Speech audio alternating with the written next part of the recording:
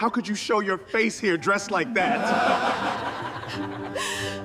You are an absolute disgrace to this family. They say the people closest to you are the ones holding the sharpest knives, but I never believed that cliché until I was standing in the middle of my own living room, holding a bottle of vintage champagne that cost more than my first car, watching my entire life dissolve into a puddle of lies.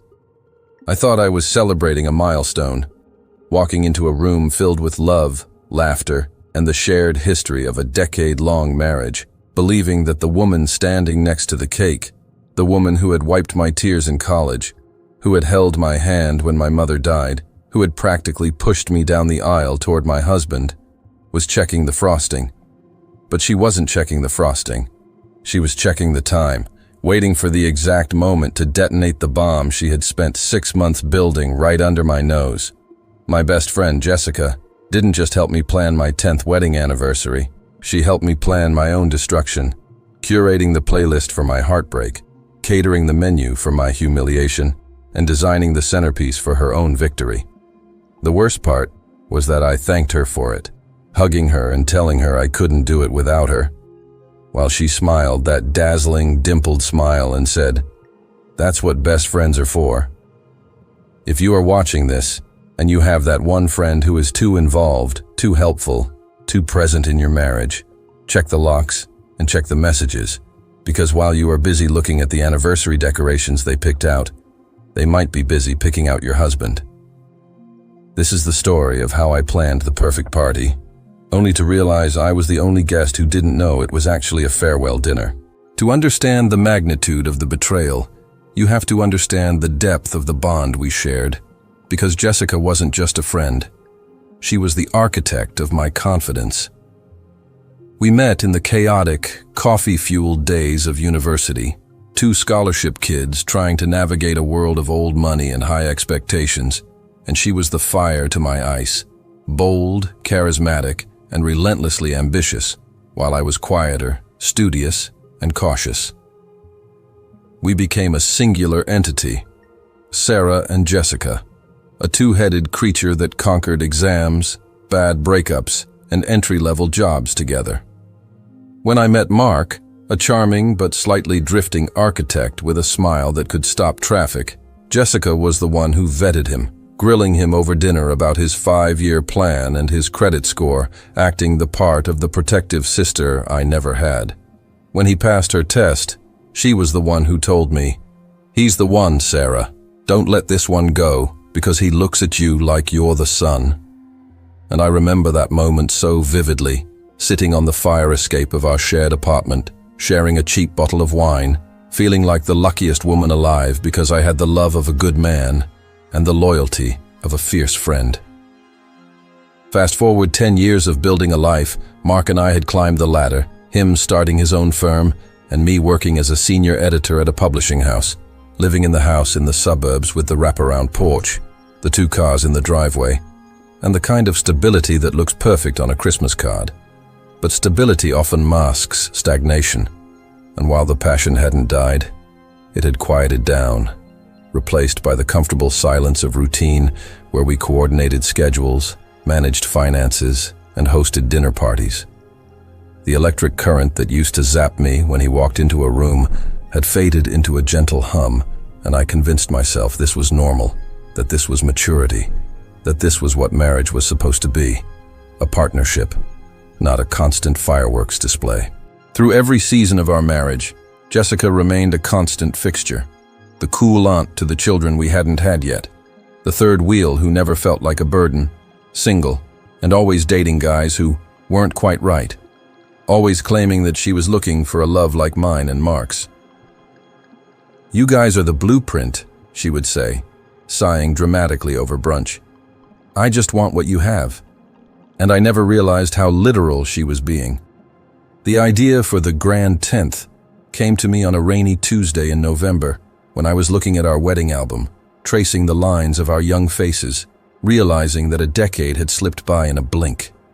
I wanted to reignite the spark, to remind Mark and myself of who we used to be before the mortgages and the career ladders took over.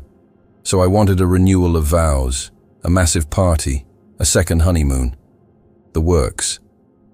I brought it up to Mark that evening over dinner, but he looked tired, the blue light of his phone reflecting in his eyes as he answered a work email. 10 years, he said, distracted. That's a lot of planning, Sarah. Are you sure you have the bandwidth? You've got that book launch coming up. His reaction stung, feeling not like a no, but not the enthusiastic yes I had craved, feeling like I was adding a chore to his to-do list rather than suggesting a celebration of our love. So I pulled back, feeling foolish and feeling the familiar weight of being the one who cared more. That's when I called Jessica, pouring my heart out to her, telling her about Mark's lukewarm reaction, about my fear that we were drifting apart, about how badly I wanted this event to be a turning point. Jessica listened with that intense, laser-focused empathy she was famous for, cooing, "He's just stressed, sweetie. Mark loves you, he's just a guy, and they don't get the symbolism of these things until they're standing in the middle of it. But you know what? You shouldn't have to stress about this. You're the bride, essentially. You should be pampered." Then, she dropped the offer that would seal my fate. "Let me handle it. Let me be your planner. I've got some downtime at work, and honestly, I need a distraction. I will plan the party of the century. All you have to do is show up and look gorgeous. Consider it my anniversary gift to you both." I hesitated because it was too much to ask, but the relief that washed over me was intoxicating, knowing I could focus on my work.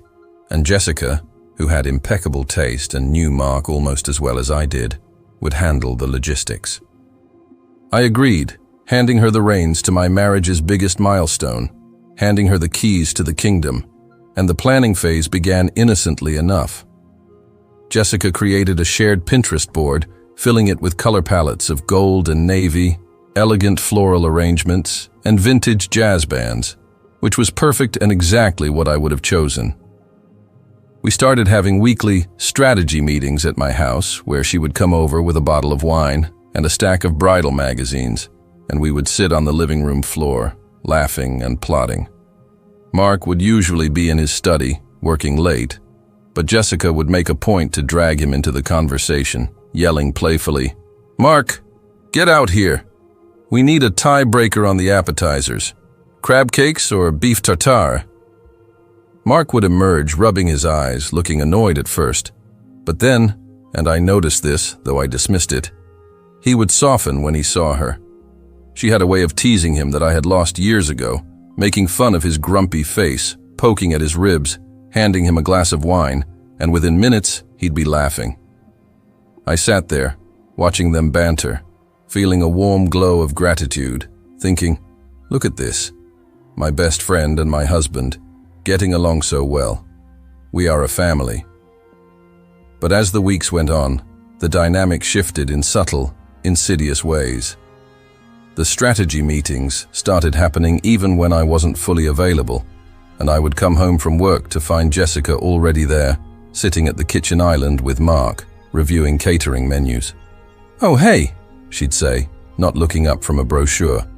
"Mark and I were just debating the venue. He thinks the country club is too stuffy, and honestly, I agree. We were thinking about that industrial loft space downtown." I blinked, setting my keys down, confused because I thought we had agreed on the garden vibe.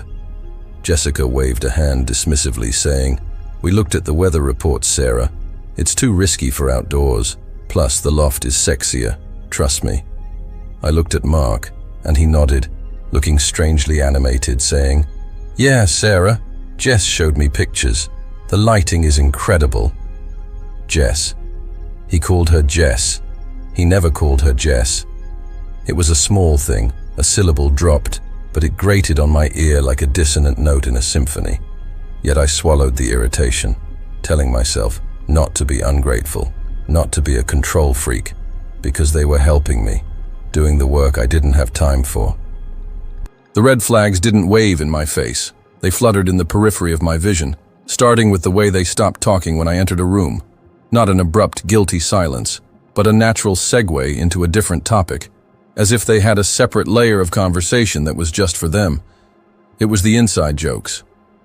One night, over takeout, Mark made a reference to a movie I hadn't seen, laughing and saying, "Like that scene with the blue car." And when I looked confused and asked, "What movie?" Jessica chimed in with her mouth full of pad thai. "Oh, we caught a bit of it on TV the other night when you were on that conference call. It was hilarious." I froze and asked, "You guys watched a movie?" And Jessica rolled her eyes playfully, saying, "It was 20 minutes, Sarah. You were locked in the bedroom for 2 hours. We were bored. Don't look so tragic." She made me feel petty for even asking, turning my valid question into a symptom of my own insecurity, delivering a masterclass in gaslighting with a smile. Then came the phone behavior. Mark had always been careless with his phone, leaving it on the coffee table with the passcode 1234, but suddenly the phone was glued to his hand, taken to the bathroom, placed face down on the nightstand. When I asked him about it, he said, "Work is crazy. Confidential client. Can't risk anything popping up on the screen," which sounded plausible because Mark was an architect dealing with high-profile developers. But one evening, while Jessica was over going through RSVPs, I saw a notification light up on her phone, which was sitting on the counter. It was a text, and the preview read, "She bought it. We're good." I stared at the screen, my heart hammering. She bought it. Who was she? What did she buy? Before I could read more, Jessica swiped the phone up, muttering, "Spam." So annoying, sliding it into her pocket. I looked at her, searching for a tell, but her face was a mask of casual annoyance. "Who was it?" I asked, trying to keep my voice light. "Just a vendor," she said. "The florist is trying to upcharge us for the peonies. I handled it. Don't worry your pretty little head." 3 weeks before the anniversary, the tension in the house became palpable, and I felt like a ghost in my own life, drifting around while Mark and Jessica engaged in a flurry of whispered planning. I decided to confront Mark, not about cheating. God, no. The thought hadn't even fully formed in my conscious mind yet, but about the distance. I cornered him in the bedroom while he was tying his tie, saying, "Mark, I feel like I'm barely seeing you. And when I do, you're with Jessica. I appreciate the help, really, but this party is supposed to be about us. It feels like it's becoming about the party." Mark sighed, the heavy, dramatic sigh of a man burdened by an irrational woman, saying, "Sarah, we are doing this for you. Do you have any idea how much work Jessica is putting into this? She is running herself ragged to make sure you have your dream night, and all you do is complain that I'm distracted. I'm trying to keep the secret elements a secret. That's why we're whispering. It's a surprise."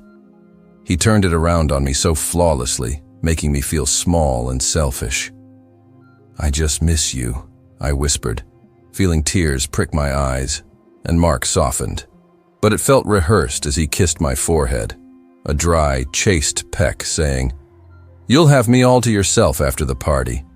I promise. Just let us get across the finish line. Trust the process." Trust. That word hung in the air, mocking me, because I wanted to trust him, wanted to believe that my paranoia was just the result of work stress and the anxiety of turning 35. So I backed down, apologized, and went downstairs to thank Jessica for being such a good friend. She hugged me, holding on a little too long. Her perfume, a scent I didn't recognize, something muskier and heavier than her usual floral, clinging to my sweater as she whispered into my ear, "I'm doing this because I love you, Sarah.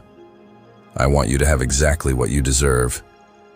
The cracking point happened 6 days before the event when Jessica had told me she was going to the venue, the industrial loft downtown, to do a final lighting check with the tech crew, telling me it would be boring, dusty, and loud, and that I should just stay home and relax. But I wanted to be involved, wanted to see the space where I would renew my vows, so I decided to surprise her. I picked up 2 iced lattes from her favorite cafe and drove downtown, feeling a surge of excitement, convincing myself that seeing the venue would make it all feel real and positive again. I parked the car and took the freight elevator up to the 4th floor. But when the elevator doors opened, the loft was silent. There was no tech crew, no lighting riggers, just the vast, empty space with sunlight streaming through the dusty windows. I walked in, confused, calling out, "Jessica?" But there was no answer. I checked my phone. She had texted me 30 minutes ago. "At the venue. It's crazy here. So much noise." I stood in the middle of the empty room, the silence ringing in my ears, wondering why she would lie, wondering if I was at the wrong place. I checked the address. This was it. I called her. Her phone went straight to voicemail. A cold knot of dread tightened in my stomach. I turned to leave, but as I walked back toward the elevator, I saw something on a small table near the entrance. It was a brochure. Not for a party rental company, but for a real estate agency. I picked it up. It was a listing for the loft itself. It wasn't an event space anymore. It was being converted into luxury condos. The listing said, "Open house, this Sunday." My anniversary was on Saturday. There was no booking. There was no party planned here. The venue was a lie.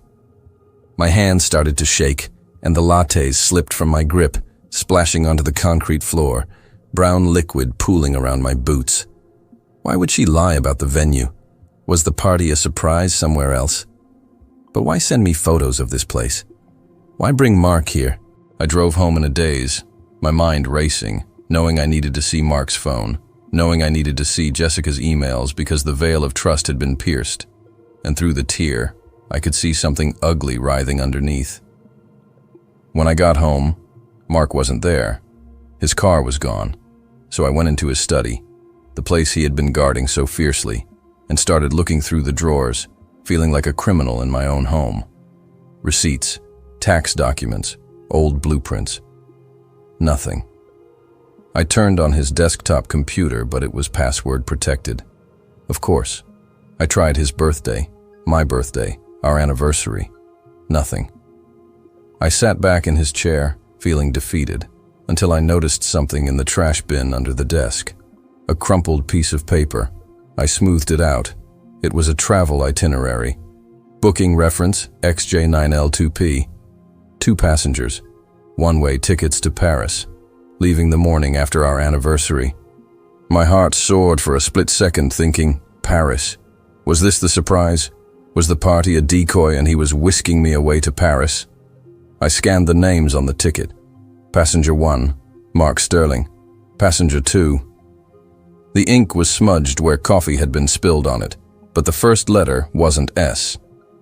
It was JJ Jessica? No, it couldn't be. Maybe it was a work trip? Maybe J stood for a client, but one-way tickets? To the most romantic city in the world? The pieces started to slam together with the force of a train wreck. The secret meetings, the inside jokes, the stress, the lying about the venue. It wasn't a party they were planning. It was an exit strategy. They weren't planning my anniversary. They were planning their new life. I sat in that chair for an hour, staring at the crumpled paper, fighting the denial that tried to seduce me even then, thinking maybe Jessica is going for work too. Maybe they are surprising me with a group trip. But the gut knows. The gut is ancient and primal, and it knew I was being hunted. I realized then that the party was still happening. Invitations had been sent, people were coming, family, friends, colleagues, and then it hit me, the humiliation of it all. The Grand 10th wasn't just a party, it was a distraction, a way to keep me busy, to keep me focused on dresses and cake tastings while they moved assets, closed accounts and packed bags, wanting to leave me amidst the wreckage of a celebration, standing alone in a ball gown while they flew over the Atlantic. It was cruel. It was sociopathic.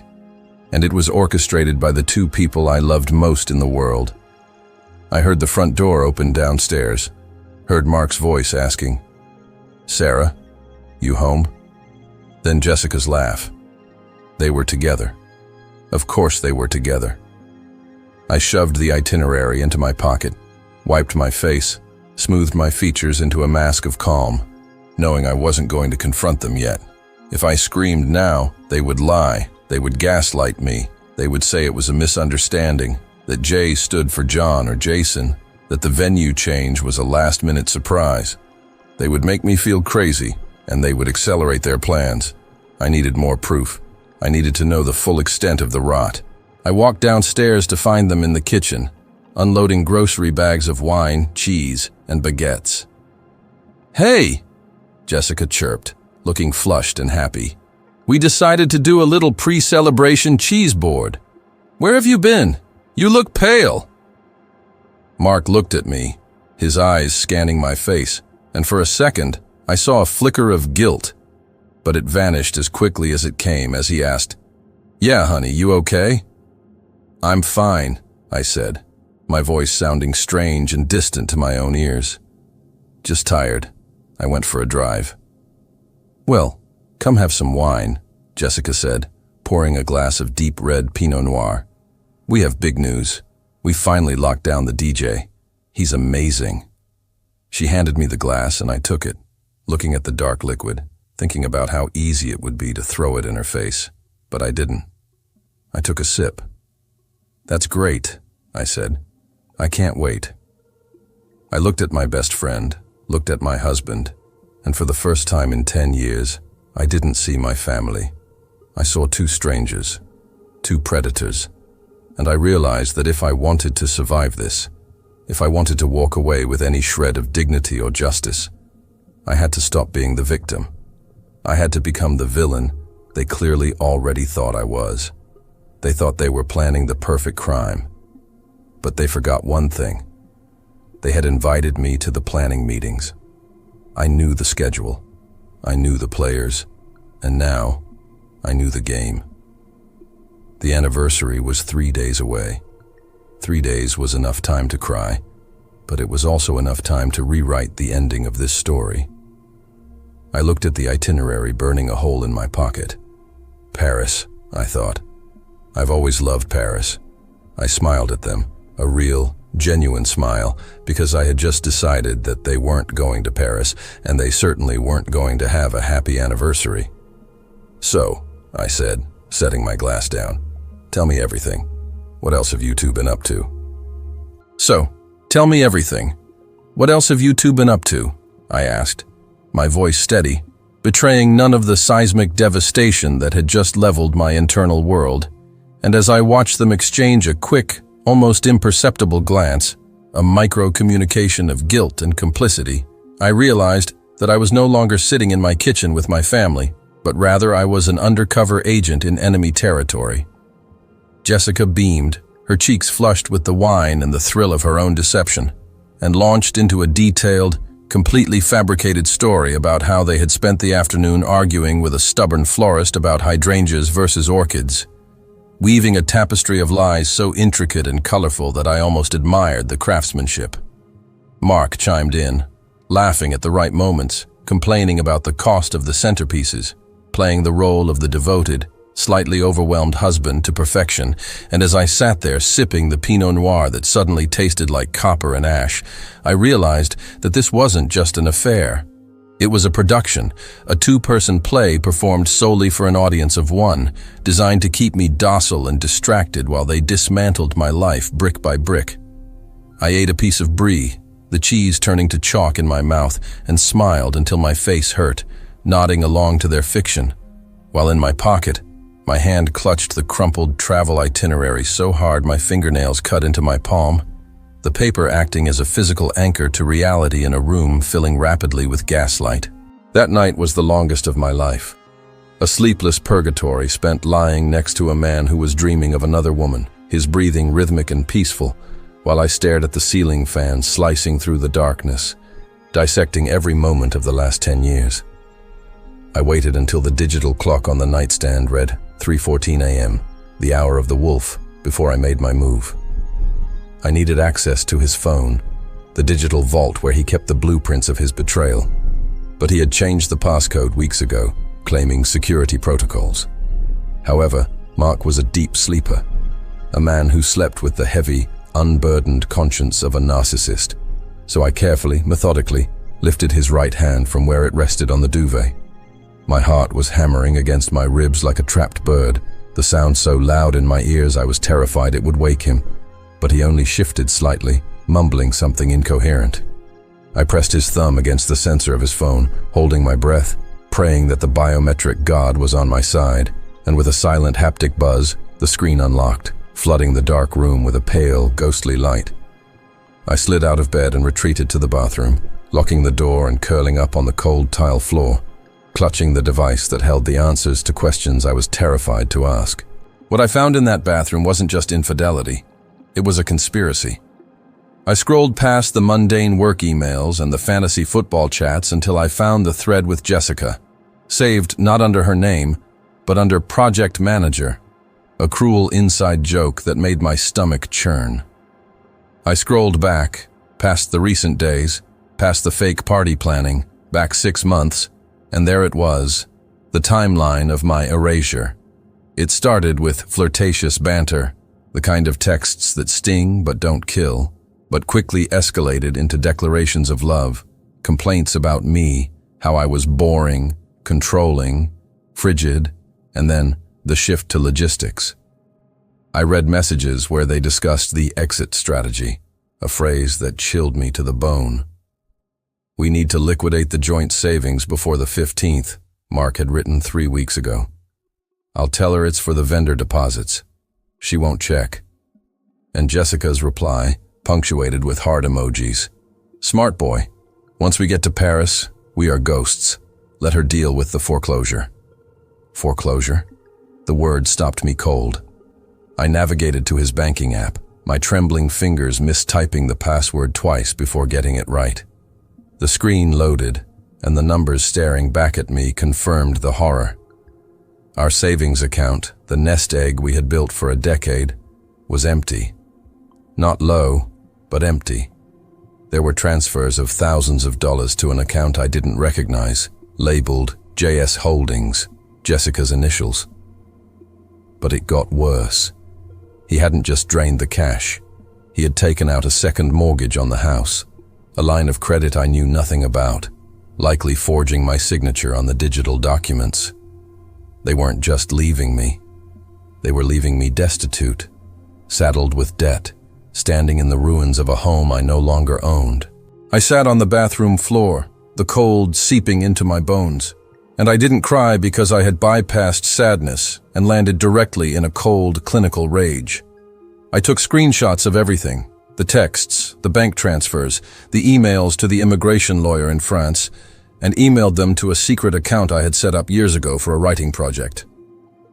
I deleted the evidence of the transfer from his sent folder, wiped the phone down to remove my fingerprints, and crept back into the bedroom.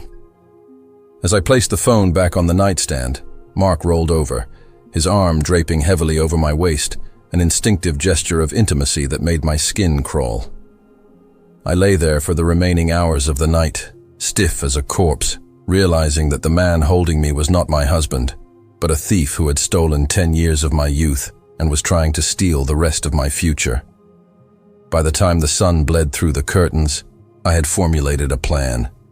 They wanted a party? Fine. I would give them a party. I would give them a spectacle so grand, so devastating, that they would never be able to show their faces in this town again. They thought they were the directors of this drama, but they had forgotten that I was the editor, and the editor always has the final cut. The next morning, I played the role of the stressed but excited wife to perfection. I made coffee, I kissed Mark on the cheek, I texted Jessica about napkin folds. I told them I had a busy day of meetings and left the house early, but instead of going to the office, I went to war. My first stop was the bank. I needed to know exactly how much damage had been done and if I could salvage anything. The branch manager, a woman I had known for years, looked at me with pity as she printed out the statements. "Sarah," she said quietly, "I assumed you knew. Mark said these withdrawals were for a business venture you were partnering on." I nodded, swallowing the scream that was building in my throat. "Yes," I lied, protecting the element of surprise. "I just lost track of the exact figures. Thank you." I walked out of the bank with the physical proof of his theft in a manila envelope, which felt heavier than lead. Next, I drove to the venue, the real one they claimed to have booked before I discovered the condo listing. I needed to be absolutely certain I called the number Jessica had given me for the event coordinator. A woman answered, confused. "I'm sorry," she said. "We don't have an event scheduled for a Sarah and Mark Sterling this Saturday. In fact, we don't do events on Saturdays anymore." That was the final nail. There was no party. They had sent out digital invitations to our friends and family for a venue that didn't exist, likely planning to send a mass cancellation text on the morning of, citing a family emergency, giving them cover to slip away to the airport while everyone was scrambling. I sat in my car in the parking lot of a Target, staring at the steering wheel, realizing the sheer logistical cruelty of their plan.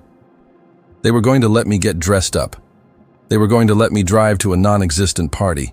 They were going to let me stand on a sidewalk in my anniversary gown, confused and humiliated, while they boarded a flight to Paris with my money. It was psychopathic, but it also gave me an opening. Since the guests had been invited to a specific time and date, I didn't have to round them up. I just had to redirect them. I picked up my phone and called the one person I knew could make miracles happen on short notice. My cousin, David, who owned a popular bistro and event space on the other side of town. "David," I said, my voice shaking only slightly. "I need a favor, a big one. I need your space for Saturday night. Full buyout." David hesitated. "Sarah, that's in 2 days. We're booked." "I'll pay double," I said, knowing I would have to max out my personal credit card, the only thing Mark hadn't touched. "And I need you to keep it a secret. It's a surprise for Mark." David agreed, because family is family, and I spent the next 3 hours in his office, replanning my entire anniversary from scratch. I ordered food, I hired a bartender, and then I did the most important part.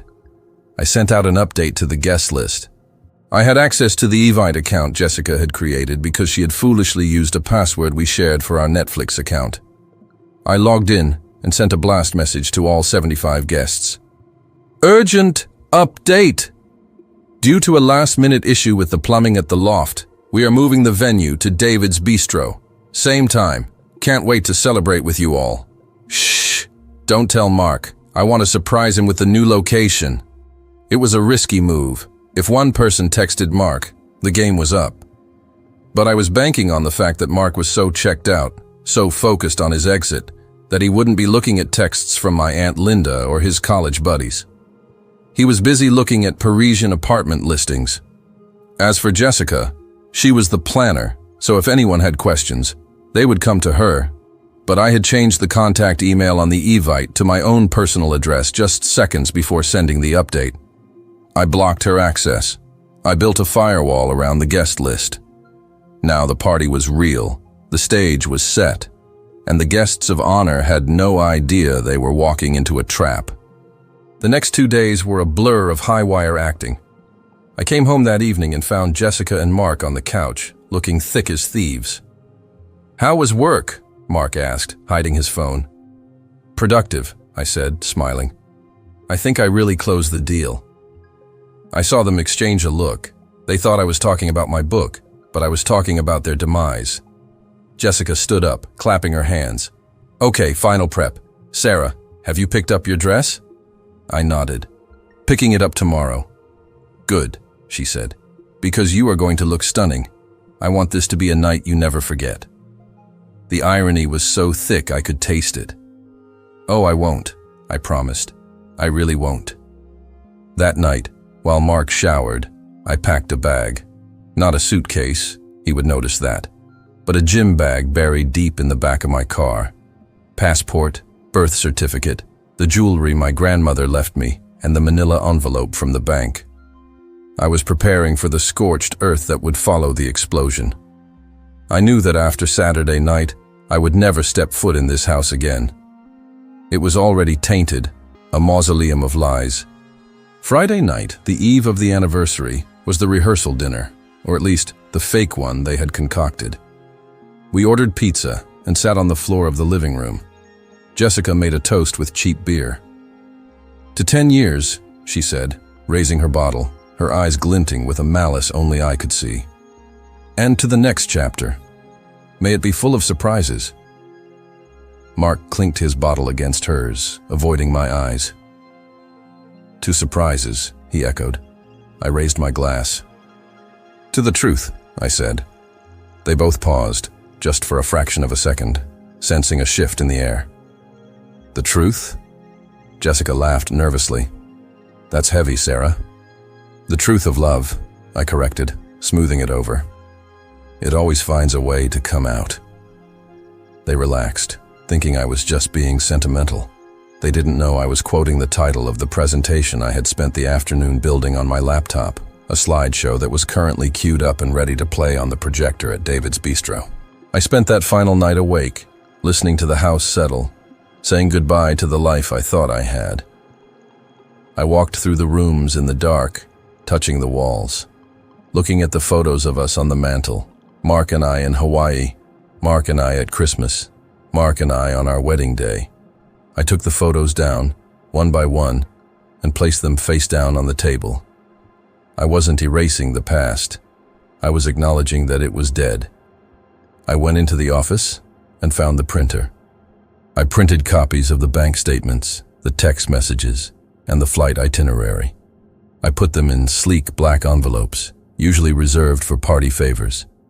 I sealed them with gold wax, pressing my thumb into the hot liquid, sealing their fate. These weren't party favors. They were evidence packets. I planned to place one at every table. If I was going down, I was taking the facade down with me. The morning of the anniversary dawned gray and rainy, matching the storm inside me. Mark woke up jittery, pacing the room. "Big day," he said, rubbing his neck. "You excited?" "More than you know," I said, applying my makeup with the precision of war paint. Jessica arrived at noon, dressed to kill in a red dress that was entirely too flashy for a best friend, but perfect for a mistress who thinks she's won. "Let's get this party started," she squealed, popping a bottle of champagne. We drank mimosas while I did my hair. I watched them in the mirror, Mark checking his watch every 5 minutes, Jessica texting furiously under the table. They were anxious. They were ready to execute their family emergency cancellation plan. I had to time this perfectly. I had to get them out of the house and into the car before they sent that text. "Hey," I said, turning to them, my hair perfectly curled. "I have a surprise. I hired a limo. It's outside right now." They froze. A limo wasn't part of their plan. It disrupted their timeline. "A limo?" Mark asked, sweating. "Sarah, that's expensive. We could just drive." "Nonsense," I said, grabbing my clutch. "It's our 10th. I want to drink and not worry about driving. Plus, the driver knows exactly where to go." I gave him the address. I saw a panic flare in Jessica's eyes. If they got in the limo, they lost control. "Sarah," she started, "I really think we should—" "Get in the car, Jessica," I said, my voice dropping an octave, losing its bubbly veneer for just a second. "It's my anniversary. Just get in the car." The command startled them. They looked at each other, confused, and decided it was easier to placate me for now and fake the emergency later. They didn't know the driver had strict instructions to take their phones for a digital detox experience the moment they stepped inside. We walked out to the driveway. The rain had stopped, leaving the world slick and shiny. The black stretch limo idled, looking like a hearse. I let them climb in first. As I slid onto the leather seat across from them, the door locked with a heavy thud. I smiled at my husband and my best friend. They looked back at me, smiling their fake plastic smiles, oblivious to the fact that they were being driven not to a fake venue, but to a courtroom of my making. The driver raised the partition. The car pulled away. "Champagne?" I asked, lifting the bottle from the ice bucket. "We have a toast to make." Mark loosened his tie. "What are we toasting to?" he asked. I poured the glasses, the bubbles rising to the surface, frantic and explosive. I looked him dead in the eye, letting the mask slip just enough for him to see the abyss beneath. "To ending things the way they began," I said, with a bang. The air inside the limousine was pressurized with a tension so thick it felt like breathing underwater, and as the partition slid up, sealing us off from the driver, I executed the first phase of my endgame with a smile that didn't reach my eyes. "Okay, rules of the road," I announced, pulling a sleek velvet-lined box from my purse, the kind usually reserved for expensive jewelry, but today serving as a prison for their lifelines. "This is a digital detox anniversary. No work, no distractions, no outside world, just us. Phones in the box." Mark hesitated, his hand instinctively covering his pocket where his phone and his escape plan resided, his eyes darting to Jessica for a cue. Jessica, ever the actress, let out a high-pitched, nervous laugh, saying, "Oh, Sarah, that's so cute, but I really need to keep mine on for the emergency contacts, you know, just in case the venue calls." I didn't blink, didn't waver, just held the box out further, the velvet yawning open like a mouth. "The venue isn't going to call, Jess," I said, my voice dropping to a register that brooked no argument. "Everything is handled. Do this for me. It's 10 years. Give me one night of undivided attention." The guilt trip worked, as I knew it would, because narcissists hate looking like the bad guy when the spotlight is on them. Reluctantly, Mark dropped his phone into the box, followed by Jessica, and as I snapped the lid shut and locked the small brass clasp, I felt a surge of adrenaline so potent it made my hands tremble. I had just severed their comms, blinding them to the reality that was about to hit them.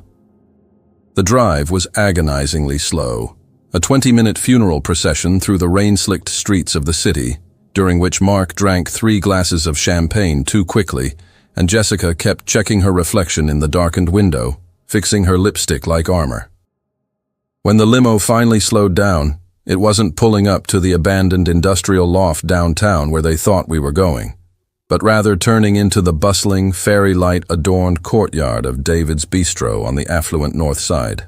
I watched their faces as they looked out the window, confusion warring with panic. "Sarah?" Mark asked, his voice tight. "Where are we? This isn't the loft." I finished my glass of champagne, savoring the final drop of liquid courage. "Change of plans," I said breezily. "The loft had a plumbing disaster. Can you believe it? But David saved the day. Isn't that wonderful?" I didn't wait for an answer. The driver opened the door, and the sound of applause, real, thunderous applause, flooded the car. They were trapped. Stepping out of that car was the point of no return for them. If they ran now, they would look insane. If they stayed, they were walking into the lion's den. I stepped out first, waving to the crowd of 75 friends, family members, and colleagues who had gathered on the patio, holding sparklers and cheering, "Happy anniversary!" Mark and Jessica stumbled out behind me, blinking in the flash of cameras, their faces frozen in rictus grins of terror. They looked around, scanning the crowd, likely terrified that someone had received the cancellation text they had planned to send. But everyone was there. Mark's parents, my sister, his business partners, even Jessica's mother. I hooked my arms through theirs, one on each side, physically anchoring them to the scene. "Look at this," I whispered to Mark, squeezing his bicep hard enough to bruise. "Everyone is here for us. Don't disappoint them." He looked at me, sweat beading on his forehead despite the cool evening air, and nodded jerkily, trapped by his own public persona. We moved through the party like a 3-headed hydra, accepting congratulations and hugs. 10 years, people shouted. "You guys are the dream team." Jessica, usually the life of the party, was pale and silent, her eyes darting toward the exit every few seconds. But I kept her close, introducing her to people she already knew, forcing her to play the role of the devoted best friend one last time. "You all know Jessica," I announced to a group of Mark's college buddies. "She's the mastermind behind tonight. Really, give her a round of applause. She planned everything." The guests clapped, and Jessica forced a smile that looked more like a grimace, mumbling a thank you while looking at Mark with desperation. They were waiting for a moment to slip away, to find a phone, to call an Uber, but I was a shadow, a ghost haunting their every step, ensuring they never had more than 5 seconds alone. Dinner was served in the main banquet hall, a beautiful room with exposed brick and vaulted ceilings, where I had instructed David to set up a large projector screen at the front of the room. I sat at the head table, Mark on my right, Jessica on my left, the seat of honor for the maid of honor. The atmosphere was convivial, filled with the clinking of silverware and the hum of jazz, but at our table the air was toxic. "Sarah," Mark whispered, leaning in close, his breath smelling of nerves and alcohol. "I don't feel well. I think I need to go lie down in the car." I placed my hand over his, pinning it to the tablecloth. "You can't leave, honey," I said loud enough for his mother to hear across the table. "The speeches are about to start. You can't miss the speeches." He sank back into his chair, defeated, pouring himself another glass of wine with a shaking hand. When the time came, I stood up and walked to the microphone stand in the center of the room. The lights dimmed, leaving a single spotlight on me. The room fell silent, 75 faces looking up with love and expectation. I looked at Mark. I looked at Jessica. And then I looked at the crowd. "Thank you all for coming," I began, my voice steady and clear, amplified by the speakers. 10 years is a long time. They say marriage is about trust, about partnership, about knowing someone better than they know themselves. And they say friendship is about loyalty. Tonight, I want to celebrate both. I paused, and the room murmured appreciatively. Mark and I have built a life together. We've built a home, we've built a future. And Jessica, well, Jessica has been there for every step of the journey. In fact, she's been so involved lately. I don't think this marriage would be what it is today without her. Jessica shifted in her seat, looking down at her lap. "I prepared a little slideshow," I continued, gesturing to the screen behind me, "to walk you down memory lane, to show you the things that truly define us." I clicked the remote. The first slide was innocuous, a picture of Mark and me at our wedding, young and hopeful. The crowd awed. The next was us buying our house. Then a picture of the three of us at a barbecue. "We have so many memories," I narrated, my voice taking on a harder edge. "But the most important memories are the recent ones, the ones that show who we really became." I clicked the remote again. The image on the screen changed. It wasn't a photo. It was a screenshot. A text message thread, blown up to 10 feet tall, crystal clear in high definition. The contact name at the top read, "Project Manager." The text read, "She's so stupid. She thinks the venue is booked. I can't wait to be in Paris with you." The room went deadly silent. You could hear a pin drop. Confusion rippled through the crowd. Someone laughed nervously, thinking it was a joke I was about to explain. But I didn't laugh. "Paris," I mused into the microphone. "Mark has always loved Paris. I thought he wanted to take me there, but apparently I was just the financier, not the passenger." I clicked the remote again. The next slide was a bank statement. The numbers were red and damning. Withdrawal, $50,000. Transfer to JS Holdings. Balance, 0.00. "You see," I said, addressing the shocked faces of Mark's parents. "Mark and Jessica have been very busy planning this anniversary. They were so busy, in fact, that they decided to empty our joint savings account to fund their new life. They even took out a second mortgage on the house you're sitting in. Mark, honey, did you think I wouldn't notice the notary notification in the mail?" Mark stood up, his chair scraping loudly against the floor. "Sarah, stop," he choked out, his face the color of ash. "This isn't... Turn it off." He lunged for the projector cord, but David, my cousin, stepped in his path, crossing his massive arms. Mark stopped, trapped. "Sit down, Mark," I commanded, my voice booming through the speakers. "I'm not finished." I clicked the remote again. The travel itinerary appeared. One way, Mark Sterling, Jessica Stone, departing tomorrow, 8 a.m. "They leave tomorrow morning," I told the crowd. Or they were supposed to. They planned to leave me here at a fake party thinking I was celebrating love, while they ran away with my money and my dignity. Jessica helped me pick out this dress, knowing she was going to leave me bankrupt in it. I turned to look at Jessica. She was crying now, mascara running down her face, shaking her head as if to deny the reality displayed in 4K resolution behind me. "Jessica," I said softly into the mic. "You said you wanted what I had. Congratulations. You have him. You have the debt. You have the lies. You can have it all." The room erupted. Mark's mother was standing up, screaming at her son. Jessica's mother had her face buried in her hands. Friends were shouting. It was chaos. It was glorious. I reached into the podium and pulled out the black envelopes I had prepared, the evidence packets. "On your tables," I announced, cutting through the noise, "you will find party favors, copies of everything, the texts, the emails, the bank transfers. Feel free to read them. I want no ambiguity about why this marriage is ending tonight." I looked at Mark one last time. He looked small. He looked broken. He looked like a man who had gambled everything on a pair of twos and lost to a royal flush.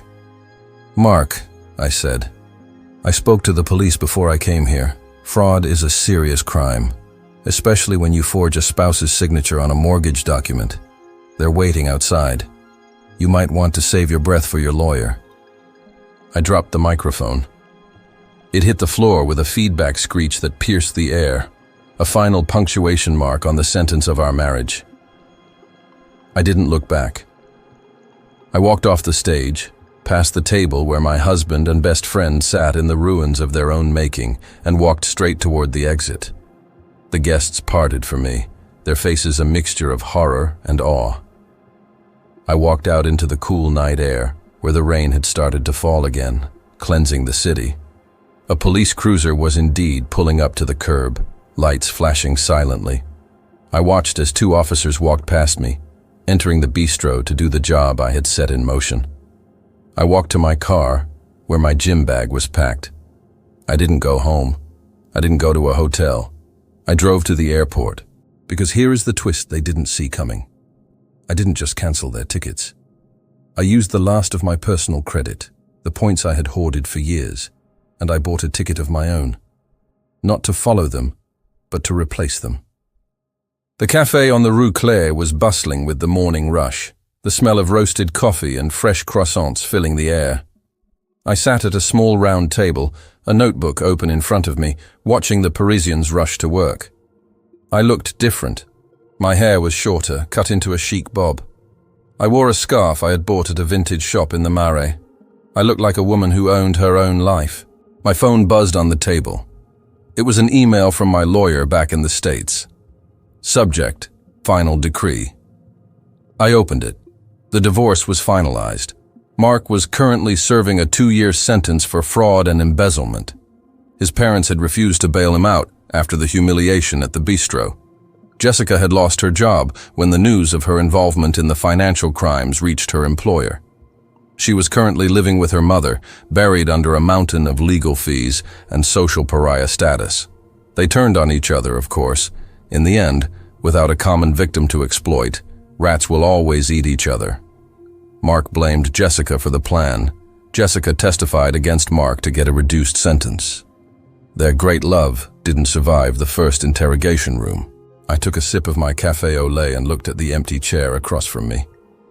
For 10 years, I had been afraid of sitting alone. I had been afraid of silence. I had filled my life with people who drained me, because I thought being needed was the same thing as being loved. But sitting there, in the city of lights, I realized that the solitude wasn't heavy. It was weightless. I picked up my pen and wrote the final sentence of the book I had been writing, the memoir of a woman who burned her life down to find the diamond in the ashes. They tried to steal my anniversary. They tried to steal my future. But in the end, they gave me the greatest gift of all. They set me free. I closed the notebook, left a few euros on the table, and walked out into the streets of Paris, a woman with no baggage, no debts, and no one to answer to but herself. The Grand Tenth hadn't been a celebration of a marriage. It had been a celebration of a liberation. And it was, without a doubt, the best party I ever threw.